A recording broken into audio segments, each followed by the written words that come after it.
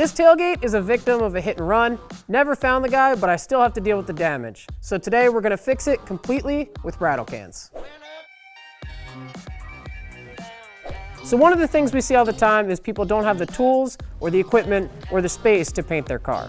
We're not suggesting that you paint your entire car this way, but for a panel paint, fender, tailgate, this is a perfect solution. So with that, we're gonna start sanding this down and getting into the bodywork.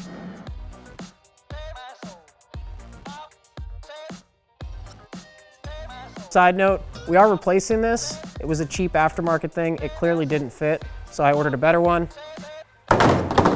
Later.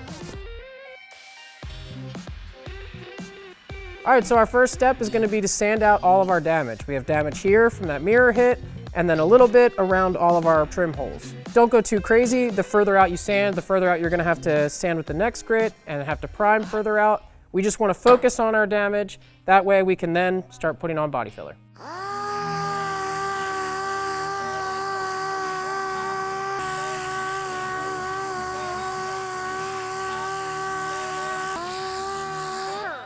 So quick tech tip. When you're using a DA, you want to keep it as flat as possible. There's a tendency to want to really dig in with your edges, but one, you burn out your paper really fast, which kind of sucks. You paid for the whole pad, use the whole pad. And two, if you keep it flat, it's almost like you're blocking. You shouldn't finish your body work with this, but while you're working with it, keep those two things in mind. It'll make for a lot better end result.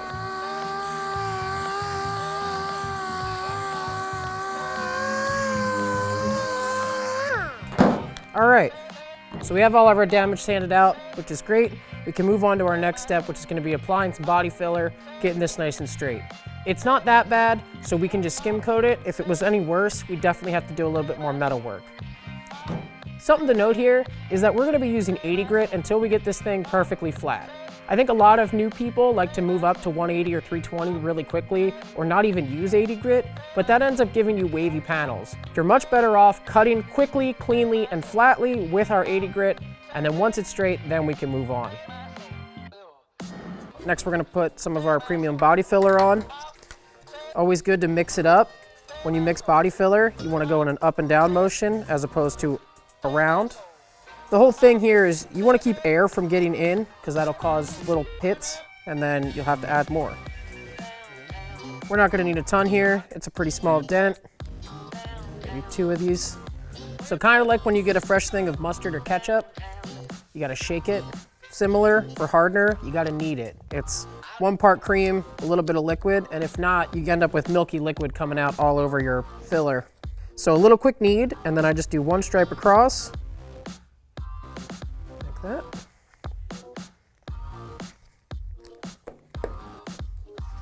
All right, and then we start mixing. And same thing, we're just trying not to add any air here. So as much as you can keep it down on your mixing board, the better. You want to go until this is a nice homogeneous color. And then when you do this, you lay it out. You can just peel off a little bit as you need it. I'm gonna start applying a little skim coat here, not a ton. Here's what I was talking about, just peeling off a little bit at a time, right? You don't have to use it all at once. Same thing, we just want to keep it nice and flat. That should do it.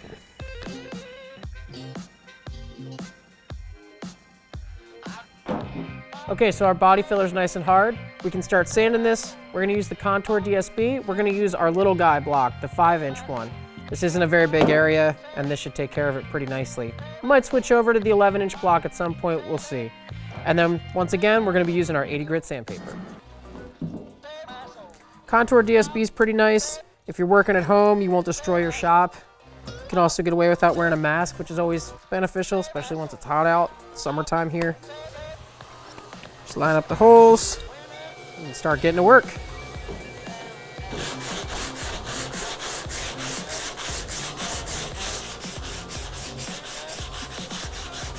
Always in a crosshatch pattern. Make sure it comes down nice and even. Okay, we're still a little low here. We're gonna go ahead, give it another swipe. That'll probably be enough to get this thing ready for primer.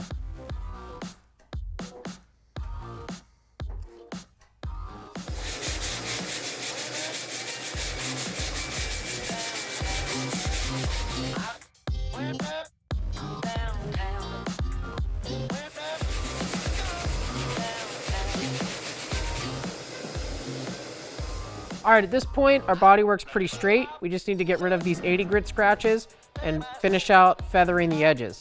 So we're gonna go ahead, jump up to our 180 grit. Also, get a couple little passes in with our longer block just to make sure everything's super flat with the whole curve of the tailgate. All right, so with the DSB, we got our bodywork nice and flat. Our next step is gonna be getting this ready for primer. For that, we're gonna use a DA with 180 and 320 grit. And then for the rest of the tailgate, we're gonna hit it with 600. That'll get that ready for paint.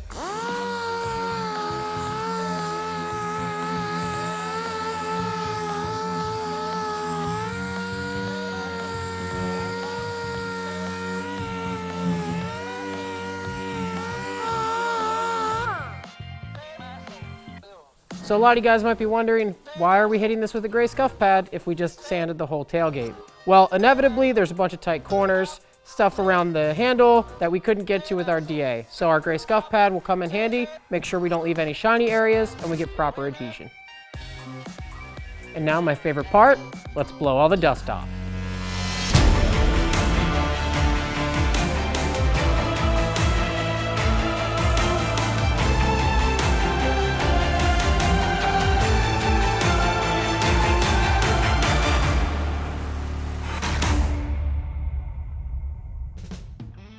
All right, let's load this into the MES booth. Let's do it. As always, we wipe down the tailgate with pre-painting prep to make sure it's clean of any dirt, debris, or grease. Then finish the prep by taping up anything we don't want to get overspray on, and then wiping down with a tack rag. And now we can get to the painting. As the title says, we're going to do this exclusively with spray paint cans. To start, we're using our 2K Aerospray Urethane Primer. Urethane is great because it provides some build to finish our bodywork, has great adhesion to metal, body filler, and paint, and can be sanded pretty quickly and then top coated. The 2K Aerospray cans are unique because they contain two separate components that don't mix until you puncture them using the red piece in the cap. This means you're spraying a real two-component primer, paint, or clear coat just like you would from a traditional paint gun. We start spraying the urethane on the tailgate, starting wide to cover all of our bare metal, bodywork, and the heaviest scratches. After about 10 minutes, the first coat is flashed off, and we can spray the second coat of primer, trying to stay about an inch inside the previous coat. This helps the primer lay nice as you won't be spraying on top of overspray. We repeat this process once more for a total of 3 coats. After about a half hour, we can pull it out of the booth. All right, not too bad for some aerosol cans. We popped this out of the booth, it's looking really good. Now, primer can be deceiving, so we want to check our work with a little bit of guide coat. We can spray this, start blocking it with the DSB. We're going to use our little 5-inch block here. That should take care of all of these spots. After that, we can move on to our next step, which is going to be knocking everything down with a DA sander. And by the way, you don't have to paint this black. We just need a little bit of something so we can tell that we sanded it all.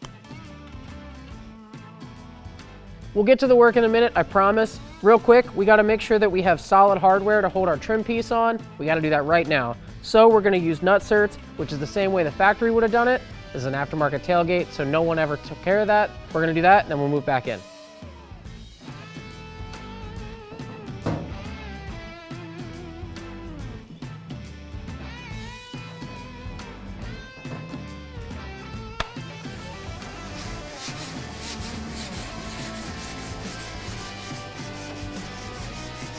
So I was just talking about guide coat. This is what I wanted to show you guys. This is all sanded. We have a low spot here, which our guide coat is telling us because we see black. So we need to keep sanding and get that spot out. If by the time you're done sanding, it's not out, you need to address it. You either need to apply more primer or maybe another skim coat of body filler and then prime again. I'm pretty confident this is gonna come out when we move up to our 320 grit, and then we'll be able to move on. All right, we're moving on to 320. Finish this out.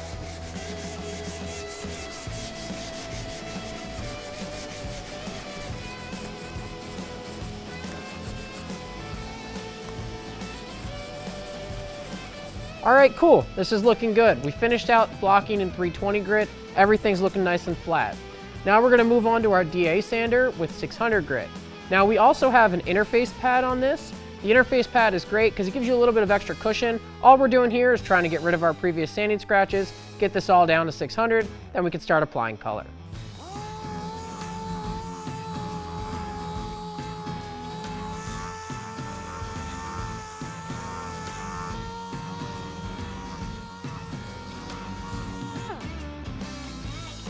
Once again, we finish off the tailgate by hitting those hard to reach areas with a gray scuff pad.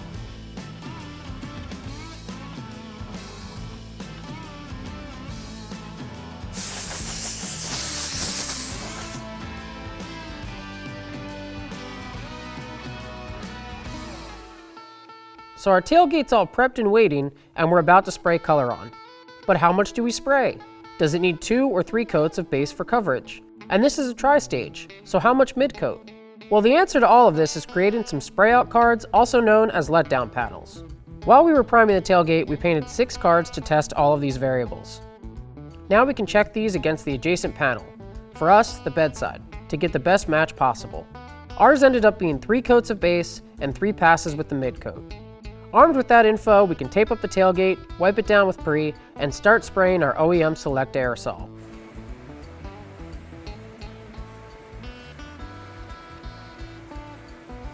To be efficient with the paint, we start by covering just our primered areas on the first coat.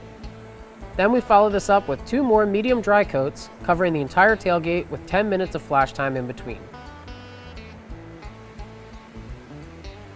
So best practices, if you can spray vertical or closer to vertical, always go ahead and do that. We didn't think about it until we got into the booth and started spraying base. We went ahead and just propped this up with a couple blocks of wood. That way our can's not quite such a ridiculous angle. It'll help out with the clear too. Before moving on to your next stage, it's always a good idea to check your coverage with a light to make sure it's fully covered. With this good, we can move on to our mid-coat. For our mid-coat, we spray the entire tailgate coast to coast so it's an even color across. Technique-wise, initially we sprayed this like we would an HVLP gun, going from edge to edge and then working back. We found we got more even coverage breaking this into thirds and moving across that way.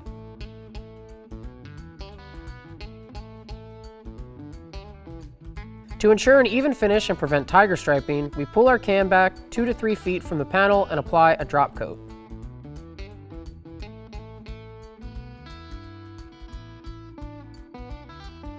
Alright, so our base coat's all done. We're going to move on to our clear coat. So same thing, we're sticking with the rattle cans. We're using our 2K Aerospray clear coat.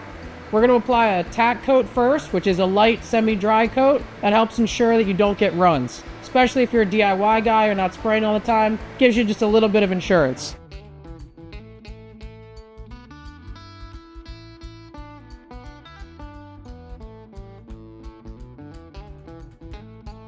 Then we continue with 3 more wet coats with 10 minutes in between, still breaking the tailgate into thirds.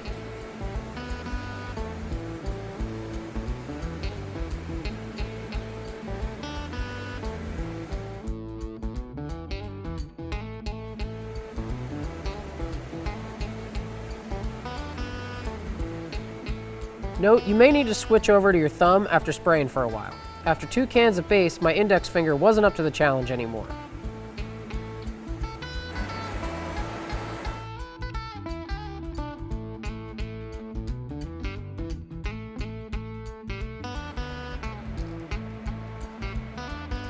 After 45 minutes, we can pull this out of the booth.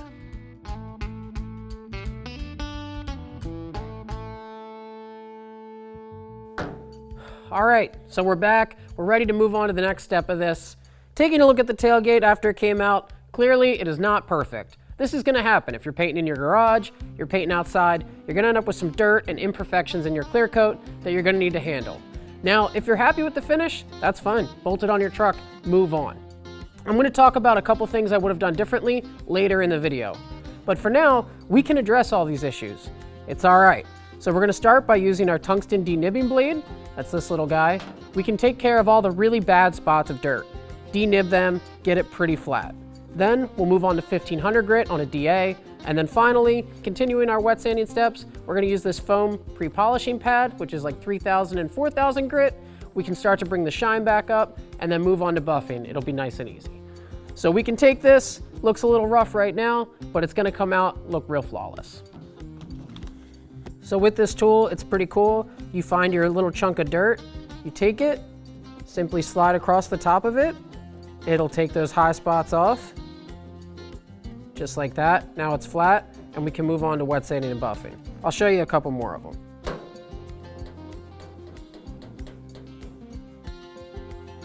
And you're not finishing in this step, so you're just trying to take off the highest worst spot. We're still gonna come back with sandpaper, which will finish out this work. Now you may be wondering, if we're just gonna wet sand this anyway, why bother denibbing? And that's because if you just start sanding this, you might still see some of these imperfections coming through because you're gonna create little waves. But by denibbing them, you're getting it closer for a starting point, and you should end up with better results. All right, so once you're satisfied with your denibbing, we can move on to wet sanding. Two options, you can do it by hand. We have 1500 grit and a block. That's one, or you can use a DA. I'll show you both.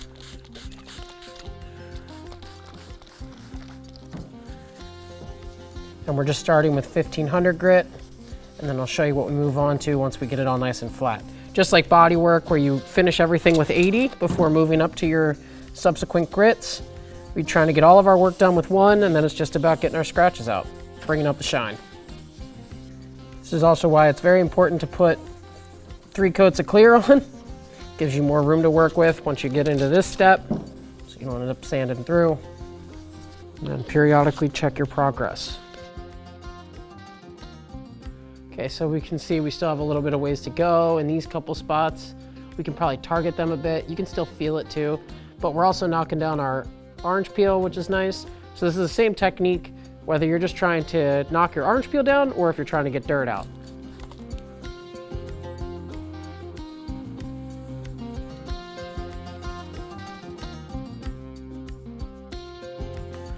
All right, cool. We did this side all by hand. We're done with it. You can see it's super flat. There's no texture left. All the little spots are gone. That's how you're gonna know that this is ready to buff up. This is actually gonna end up looking like a show car finish. Now we can move over to this side. Same thing, we're just gonna use a DA and an interface pad here.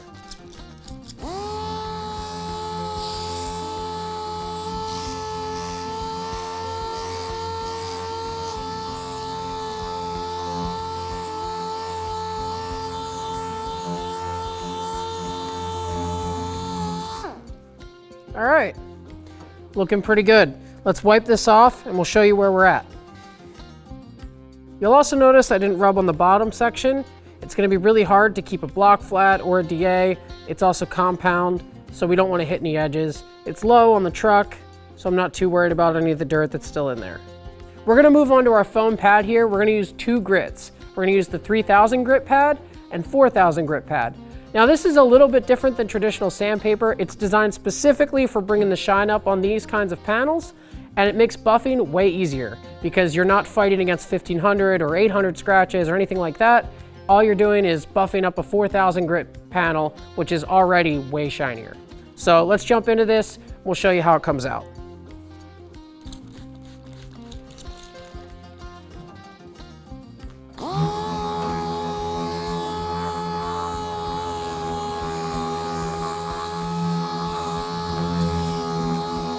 We locked off the camera and are going to time lapse through our 3000 and 4000 grit pads, as this process is the same as we just did with the 1500 grit. To make this super clear what these are doing though, here's the 1500 we started with, 3000, and 4000 grit. Notice the reflections from the light overhead. We do the same process to the rest of the tailgate and can move on to buffing.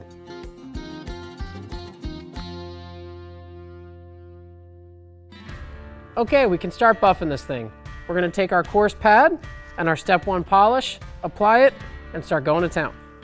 We're gonna start by putting 5 drops all around the pad. You can also do like a circle pattern if you'd like. Then we're gonna place it, rub it in. Since this is a new pad, it's gonna take a couple applications before the pad is fully saturated.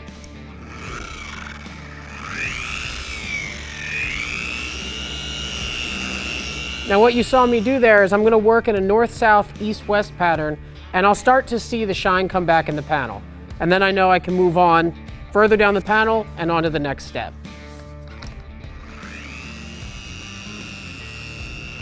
So when you get into your polishing step, you have two options. There's a random orbital buffer, that's what we're using here, and there's a traditional rotary buffer.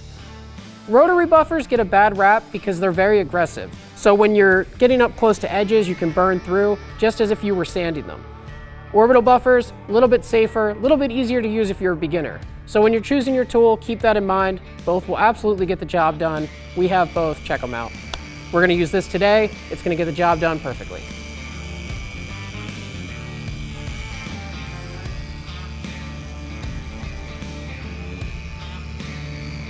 You wanna get as much shine as you can out of step 1, and then step 2 and 3 are very easy, they're all bonus. A lot of times your paint can end up dying back to however you finish on your first stage, so you wanna make sure you do the first stage right. All right, now we're gonna move on to our next step with our medium pad. Same process here, north, south, east, west. You won't have to do as many passes. We're polishing now, not cutting.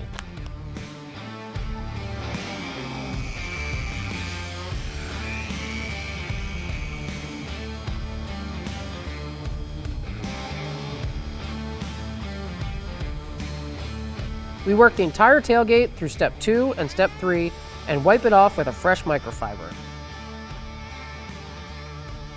Finally, we finish the job by mounting the new molding and putting the tailgate back on the truck.